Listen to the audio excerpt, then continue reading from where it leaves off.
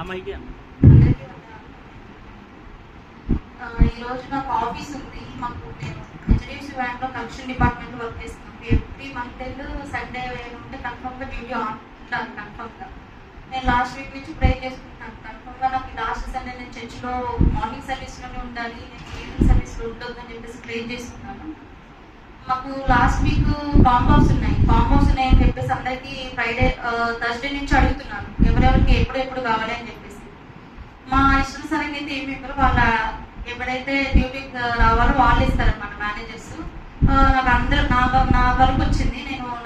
నాకేం కాంబోస్ వస్తే నాకు సండే ఒక్కరోజు ఇవ్వండి అని చెప్పేసి అడిగాను మా బియ్యంకి. అడిగితే ఆయన సండే అయితే అస్సలు కుదరదు, మేము తీసుకోవాలి, లేదా అంటే నేను మీకు ఆ డే కాకుండా ఆల్టర్నేట్ డే ఏమైనా ఇస్తాను, కానీ సండే అయితే అవ్వదు, కన్ఫర్మ్గా రావాలి అని చెప్పేసి చెప్పారు. సర్లే నేను సాటర్డే ఇస్తున్నాను, నీకు తీసుకో అన్నారు. అప్లై చేశాను, అప్రూవ్ కూడా అయిపోయింది.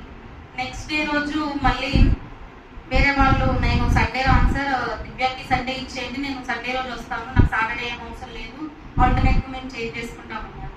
సర్లే వచ్చాక మాట్లాడదామని చెప్పి సాటర్డే అడిగారు. అది అప్రూవల్ అయిపోయింది, అది క్యాన్సిల్ చేయడం అవ్వదు. సో సార్ అన్నారు, సార్ నాకు సాటర్డే కూడా ఇవ్వండి కదా అంటే అసలు కుదరదు, సాటర్డే తీసేసుకుని సండే ఇవ్వను అని చెప్పేసి మాట్లాడాను. మళ్ళీ పర్సనల్గా పిలిచి ఏం వర్క్ ఉంది సండే అది అంటే చర్చికి వెళ్ళాలి రా అని చెప్పాను. నేను అయితే నోట్ చేసుకొని వచ్చేయచ్చు కదా అని ఎవ్రీ మంత్ ఆయన అలాగే చెప్తారు. సర్లే ఇంకా అవ్వదులే అనుకొని నేను ఇంకా ఈవినింగ్ సర్వీస్కి వెళ్దామనుకున్నాను.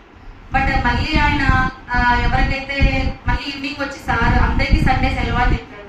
సరే నాకు సాటర్డే కాంబో ఉంది కదా 2 రోజులు ఇస్తారులే అని నేను ఎంతో సంతోషపడ్డాను. మళ్ళీ ఆయన సరే సాటర్డే ఎవరికైతే లీవ్ ఇచ్చారో అందరూ సాటర్డే రావాలి, సండే ఒక్కరోజు అందరికి లీవ్ అని చెప్పారు. దేవుడు అనేది సాక్షులు నేర్పించినట్టు చర్చిలో ఉంచినట్టు